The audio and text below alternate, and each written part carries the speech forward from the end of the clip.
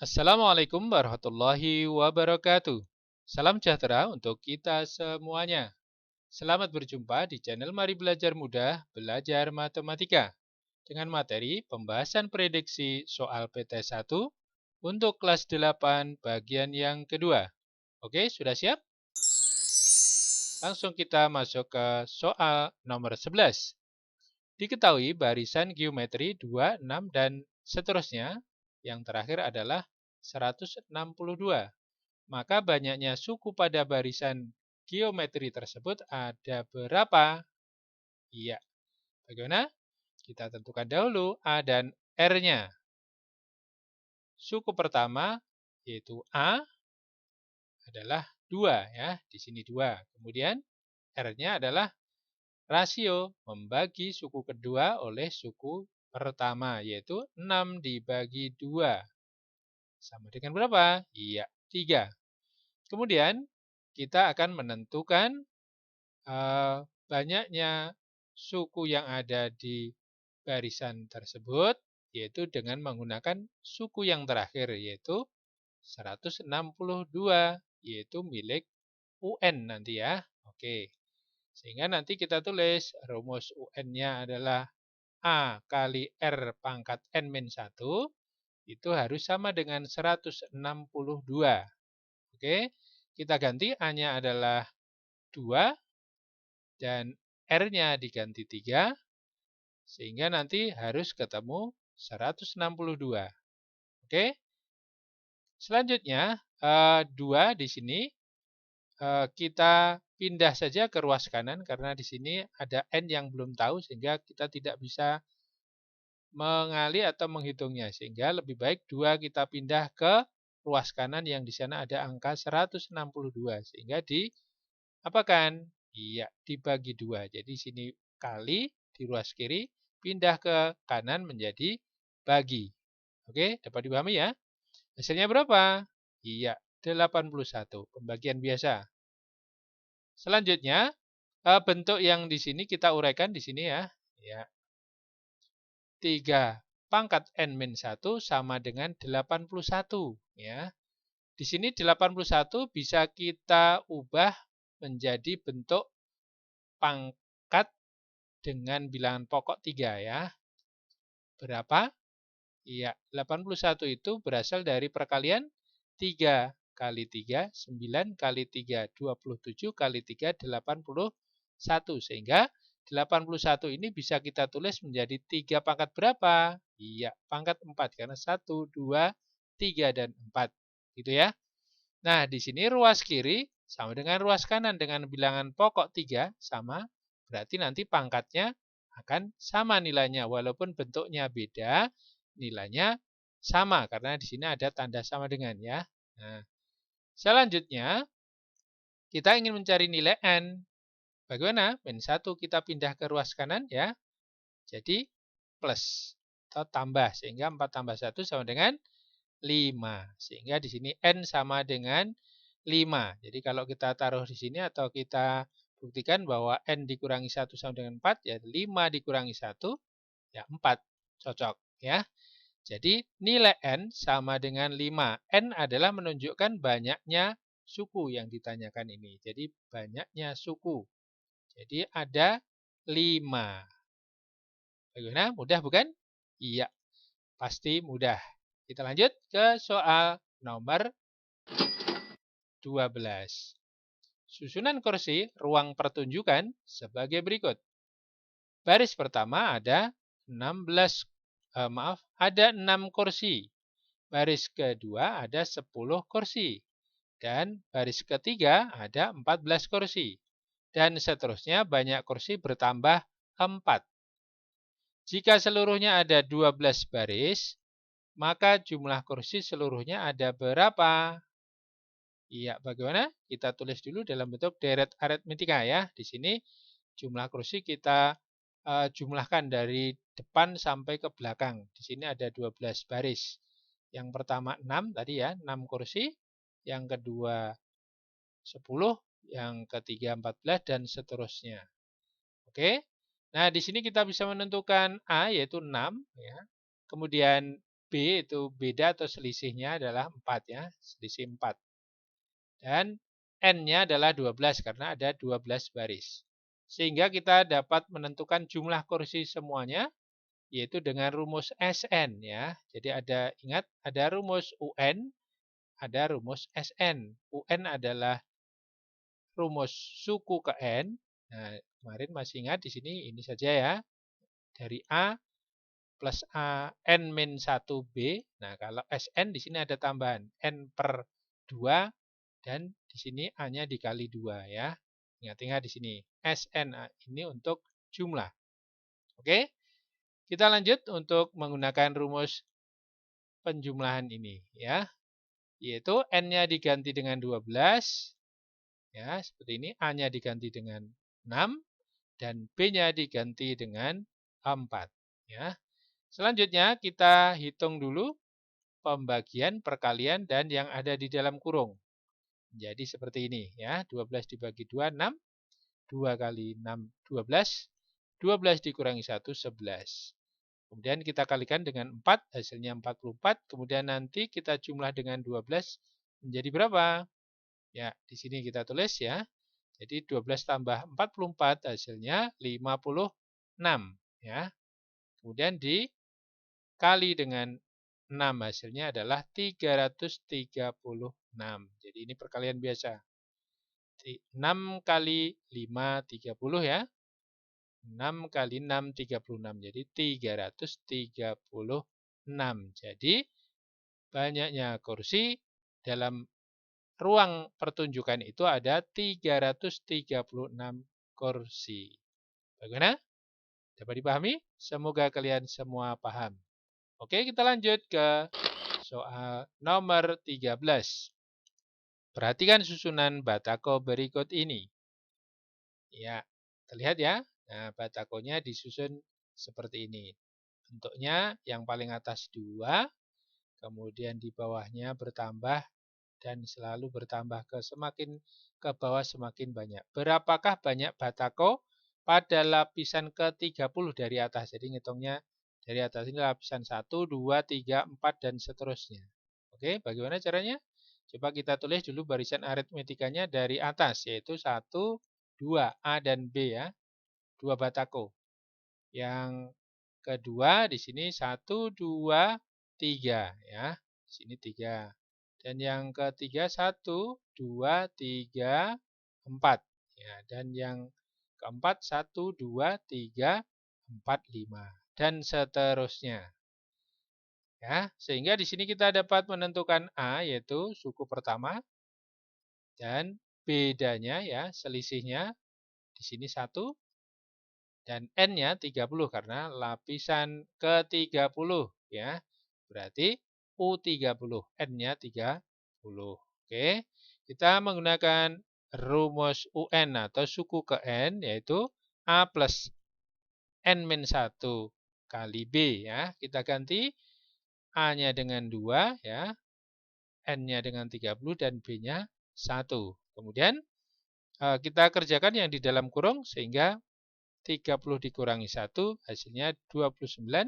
Kemudian dikali 1 hasilnya tetap 29 ditambah 2 dan diperoleh 31.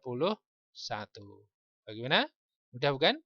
Sehingga di sini banyaknya batako pada lapisan ke-30 itu ada 31 batako. Oke? Mudah bukan? Iya. Semoga kalian paham semuanya. Kita lanjut ke nomor 14. Sekelompok anak bermain seperti gambar dengan regu beranggotakan minimal 3 orang. Ya, seperti ini. Nah, kemudian seperti ini. Boleh lebih dari 3 ya. Jika banyak anggota regu membentuk barisan bilangan ganjil berurutan dan ada 10 regu, tentukan jumlah anak dalam kelompok tersebut. Bagaimana caranya? Ya, coba kita tulis dulu banyak anak ya di situ. Karena minimal 3, jadi angka yang pertama adalah 3, kemudian 5 tambah 7 dan seterusnya ya. Ada 10 regu berarti nanti N-nya pakai 10 ya. A-nya ya 3, B-nya selisihnya 22 ya. Oke.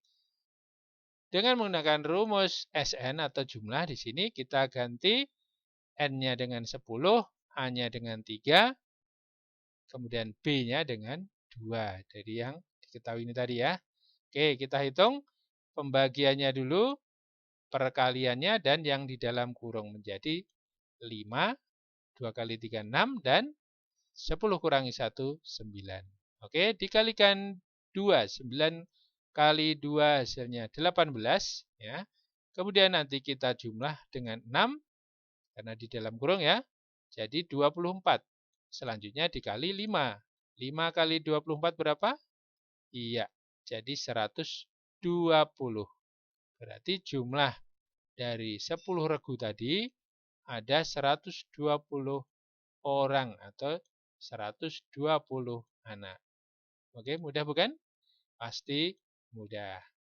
Kita lanjut ke soal nomor 15. Tito menabung uang sisa jajannya dalam celengan. Jika ia menyimpan di bulan pertama sebesar 50.000, selanjutnya rutin 30.000 per bulan. Maka setelah 1,5 tahun jumlah uang Tito dalam celengan besarnya adalah berapa? Bagaimana caranya? Kita tulis barisan aritmetikanya. Yang pertama tadi adalah 50.000. Kita tulis saja ribunya ya, pakai RB saja untuk menghemat tempat. Kemudian ditambah 30.000 ya. Jadi 80.000 tambah lagi 110.000 dan seterusnya. Sehingga kita dapat nilai A yaitu suku pertama 50.000, bedanya atau selisihnya 30.000 dan N-nya 18. Dari mana ini 18? Iya, di sini kita menggunakan angka 1,5 tahun. Nah, di sini per bulan, jadi tiap bulan ya. Tito itu menabung atau menyimpannya tiap bulan. Berarti ada berapa bulan 1,5 tahun? Iya, ada 18 bulan ya. Jadi memakai angka 18 ini berasal dari 1,5 tahun. Oke, dapat dipahami? Oke, kita lanjut. Untuk menggunakan rumus UN, yaitu untuk menentukan besarnya tabungan setelah 18 bulan. Oke, kita gantikan. A-nya tadi 50.000, N-nya 18, dan B-nya adalah 30.000. Ya, B-nya diganti 30.000. Oke, kita hitung yang di dalam kurung dulu menjadi 17. 18 kurangi 1, 17 dikali 30.000 menjadi 510.000 ya. Selanjutnya ditambah dengan 50.000 jadi 560.000. Penjumlahan biasa ini ya. Jadi di sini setelah bulan ke-18 atau 1,5 tahun itu dalam celengan terkumpul 560.000. Jadi uang Tito sebesar 560.000 gitu ya. Bagaimana, mudah bukan? Iya, pasti mudah. Asalkan kalian belajar, maka akan menjadi mudah. Oke, kita lanjut ke soal nomor berikutnya. Nomor 16. Seutas tali dipotong menjadi 6 bagian. Dengan panjang membentuk barisan geometri. Nah, ingat, lihat di sini 3 cm menjadi 6 cm, berikutnya 12 cm dan seterusnya ya. Nah, di sini yang ditanyakan adalah panjang tali semula ada berapa senti gitu ya. Nah, bagaimana caranya? Panjang tali semula itu sama dengan jumlah potongan-potongannya tadi yang ada 6 potongan tadi dijumlahkan, disambung kembali, nanti akan seperti ini ya, menjadi deret geometri. 3 cm tambah 6 cm tambah 12 cm tambah berapa dan tambah berapa terus sampai ada 6 bagian atau 6 potong. Kita tulis dulu. A nilai suku pertama yaitu 3, R sama dengan 2. Apa ini? Rasio ya. R itu rasio berarti membagi suku kedua oleh suku pertama. 6 dibagi 3 sama dengan 2. Oke. N-nya ada 6 karena 6 bagian. Kemudian jumlahnya, ya perhatikan rumusnya untuk deret geometri. Ya, deret geometri rumus SN-nya atau jumlahnya berbeda dengan deret aritmetika ya. Nah, di sini memakai bentuk seperti ini. Ya. Kita ganti rumus SN ini dengan yang diketahui ini tadi. Oke. A-nya diganti dengan 3 ya. Seperti ini. Ya, R-nya diganti dengan 2, N-nya dengan 6, dan yang lainnya tetap 1 dikurangi 1 tetap. Yang di sini ada R diganti angka 2 dikurangi 1. Oke. Kita kerjakan dulu yang di dalam kurung dan yang berpangkat. 2 pangkat 6 berapa? Ayo, 2 kali 2 kali 2 kali 2 kali 2 kali 2 ya.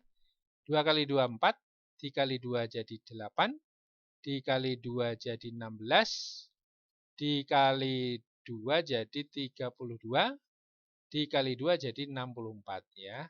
Nah, ini jadi 2 pangkat 6 itu 64. Kemudian dikurangi 1, hasilnya berapa? Iya, 63, kemudian dikali 3, hasilnya adalah 189. Perkalian biasa ya, 3 kali 6, 18, 3 kali 3, 9. Jadi 189. Jadi panjang tali semula adalah 189 cm. Gitu ya. Mudah bukan? Iya, pasti mudah. Kita lanjut ke soal nomor 17. Perhatikan diagram kartesius berikut ini. Kemudian tentukan titik yang berada di kuadran kedua. Iya, di sini ada gambar atau diagram atau bidang kartesius ya. Di mana di sini ada titik A, B, C, D, E, F, G, H, I, J, K, L, M. Ya, itu titik-titik yang digambar atau yang ada di diagram kartesius. Pertanyaannya adalah titik-titik yang berada di kuadran kedua. Perhatikan di sini caranya. Di sini ada sumbu X ya, yang mendatar dan sumbu Y yang tegak. Ini membagi bidang kartesius menjadi 4 bagian. Nah, memberi namanya adalah kuadran 1, 2, 3, dan 4. Jadi menjadi 4 daerah yang diberi nama kuadran ya. Kuadran 1, 2, 3, dan 4. Cara memberi namanya di sini berputar berlawanan arah putaran jarum jam ya. Kalau jarum jam itu ke kanan, ini ke kiri ya. Dimulai dari kuadran pertama itu yang keduanya positif. X-nya ke kanan positif ya. Ke atas Y-nya yaitu positif. Jadi keduanya positif. X positif dan Y-nya positif. Kalau kuadran kedua, X-nya ke kiri berarti negatif. Y-nya ke atas positif. Jadi kuadran kedua. Kuadran ketiga, X-nya ke kiri berarti negatif. Y-nya ke bawah juga negatif. Jadi kuadran ketiga ini X dan Y-nya sama-sama negatif ya. Negatif dan negatif. Kuadran keempat, X-nya positif, Y-nya negatif. Berarti negatif dan positif dan negatif. Ya, jadi X-nya positif, Y-nya negatif. Ya, jadi ada kuadran 1, 2, 3, dan 4. Oke, sekarang kita akan menjawab ke pertanyaan dari soal tersebut, yaitu titik yang berada di kuadran kedua. Berarti di mana? Iya, di sebelah kiri atas. Siapa dia titiknya? Iya, di sana ada si A, B, dan C. Iya, sehingga di sini kita dapat menjawab titik-titik yang berada di kuadran kedua adalah A, B, dan C. Oke? Mudah bukan? Iya. Nanti kalian amati yang ditanya di kuadran berapa. Nah, jadi daerahnya itu hanya 1, 2, 3, dan 4. Jadi kuadran 1, 2, 3, dan 4 yang ditanya yang di mana. Kalau kuadran kedua berarti kiri atas gitu ya. Kalau kuadran 1 berarti kanan atas dan seterusnya. Begitu ya. Ingat-ingat ini ya. Jadi kuadran 1, 2, 3, dan 4 ini silahkan diingat-ingat. Oke? Oke, kita lanjut ke soal nomor 18. Tentukan koordinat posisi si A dari si B. Ya, misalnya di sini ada anak-anak yang posisinya tidak sama, ada si A, si B, si C, dan si D. Nah, pertanyaannya adalah si A itu kalau dilihat dari B itu di mana, itu ya. Nah, itu maksudnya seperti itu. Nah, bagaimana caranya? Karena di sini dari B artinya titik B sebagai pusat. Jadi di sini sebagai pusatnya. Kalau sistem koordinat Kartesius kan pusatnya 0,0 di sini. Tapi di sini kita diminta memandangnya dari B. Jadi B menjadi titik pusat. Nah, berapakah titik koordinat A kalau dari B? Nah, itu ya. Oke. Di sini titik B dari titik asalnya atau dianggap sebagai titik asalnya. Maka titik A kalau dari B itu berarti ke mana? Ya, di sini B menuju ke kiri ya, ke kiri satu petak ya, ke kiri satu petak berarti negatif. Negatif 1 karena satu petak atau satu satuan ya. Kemudian setelah itu naik atau turun ke bawah. Naik atau ke bawah. Iya, ke bawah berarti negatif nanti. Berapa ke bawahnya? 1, 2, 3, 4. Jadi ke bawah 4 berarti nanti negatif 4. Sehingga posisi A itu negatif 1, negatif 4 dari B ya. Jadi dari B. Oke, begitu saja. Jadi gampang. Dari mana itu yang harus kalian perhatikan. Kalau dari B berarti B-nya ini sebagai titik pusat atau titik asalnya. Oke? Oke. Kita lanjut ke soal yang nomor 19. Soalnya masih mirip seperti yang nomor 18 tadi. Pertanyaannya hanya posisi C dari D ya. Ini si C dari D. Sekarang yang jadi pusat siapa? Iya, yang jadi pusat adalah D ya. Jadi D sebagai pusat atau sebagai titik asal. Nah, sehingga C itu posisinya di mana dari D? Nah, kita berangkatnya dari D. D itu kemana ya? Ke kanan atau ke kiri? Iya. Ternyata kalau dari D, kita ke kiri. Ya, ke kiri berapa? Satu petak atau satu satuan. Berarti karena ke kiri berarti negatif. Setelah ke kiri, ke atas atau ke bawah? Ke atas. Ya, ke atas berarti positif. Ya. Berapa? 1, 2, 3. Jadi ke atas 3 satuan atau 3 petak gitu ya. Nah, sehingga di sini kita bisa menuliskan C itu posisinya adalah negatif 1, 3 ya. Negatif 1 karena ke kiri 1 petak dan 3 ke atas. Positif berarti ya. Itu dari D. Bagaimana? Mudah bukan? Iya, mudah. Diingat-ingat dari mana ya. Jadi melihatnya dari mana ya. Kalau dari D berarti yang jadi pusat adalah D. Gitu ya. Oke. Paham? Pasti paham. Kita lanjut ke soal nomor 20. Perhatikan diagram berikut ini. Kemudian tentukan letak posisi K terhadap garis L. Ya, di sini diagramnya atau gambarnya ya. Bagaimana cara menentukannya? Perhatikan di sini. Kita mencari garis K karena yang ditanyakan garis K. Dari mana?